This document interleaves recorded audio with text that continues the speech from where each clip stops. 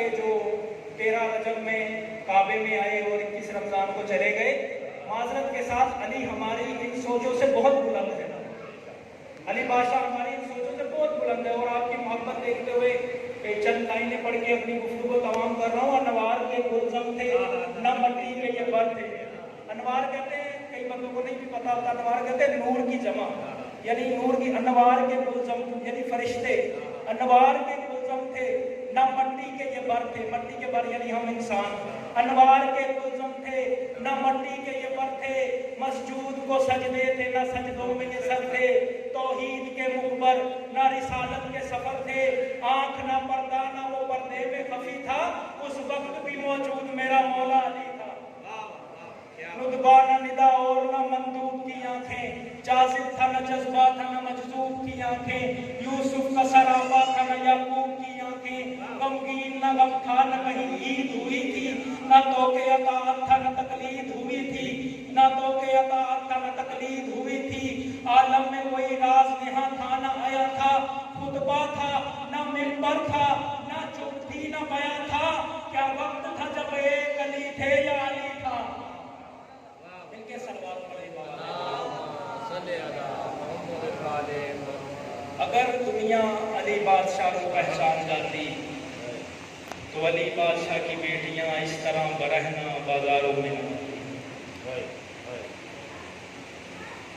عالیہ کی غریبی کے پردے کا نام ہے جناب فضہ۔ بی بی فضہ نے ساری زندگی سیدوں کی کلیجی میں گزار دی، ساری زندگی۔ جب شام سے گئے، کربلا سے شام گئے نا، بیویوں کی محافظت کرتی رہی ہے جناب فضہ۔ تو جب عالیہ جناب زینب عالیہ ثانیہ زہرا دنیا سے گئی ہے تو بی بی کے جانے کے بعد بی بی کی قبر کی حفاظت کرتی رہی، سارا دن عالیہ کی قبر پہ بیٹھی رہتی، رات کو بی بی سکینہ کی قبر پہ چلی جاتی۔ اکثر پڑھا جاتا ہے کہ بی بی کے بیٹے جو تھے داؤد، یحییٰ، موسیٰ، عیسیٰ شکار کھیلنے کے لیے گئے اور وہاں انہیں جنگل میں پتہ لگا کہ ہماری اماں تو دنیا چھوڑ گئی ہے، حالانکہ ایسا نہیں ہے۔ یہ بیٹے داؤد، 4 بیٹے بی بی کے، داؤد، یحییٰ، موسیٰ، عیسیٰ، یہ مدینے گئے سجاد کے پاس، مولا ہم اپنی اماں کو لے رہے ہیں۔ سجاد فرماتے ہیں میرے ساتھ وائی نہیں، اسی کی قبر پہ بیٹھی ہے جس کی کنیز ہے۔ یہ گئے وہاں شام، جا کے کہتے اماں اماں ہم تجھے لینے آئے ہیں۔ سجاد جب بی بی نے کہا نا کہ یہ بیٹوں نے کہا کہ اماں ہم تجھے لینے آئے ہیں، بی بی کہتی آج آئے ہو، کربلا میں آ گئے ہوتے میں اکبر پہ وار دیتی، کربلا میں آئے ہوتے میں قاسم پہ وار دیتی، کربلا میں آئے ہوتے میں غازی پہ وار دیتی، میرا بھی کربلا میں حصہ ہو گیا ہوتا۔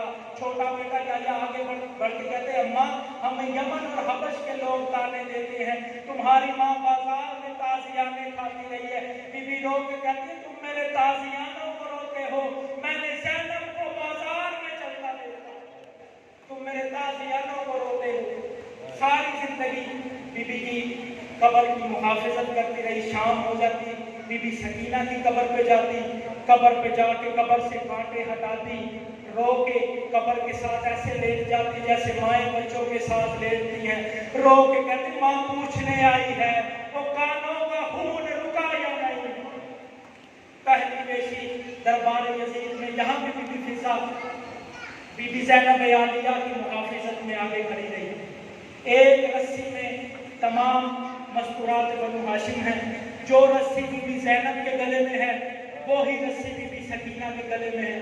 بی بی زینب عالیہ اپنی کمر سیدھی کرتی، چیخیں نکل جاتی، شہزادی سکینہ کی کہتی ہیں اماں کمر جھکا، اماں کمر جھکا، میرا سانس گھٹ رہا ہے۔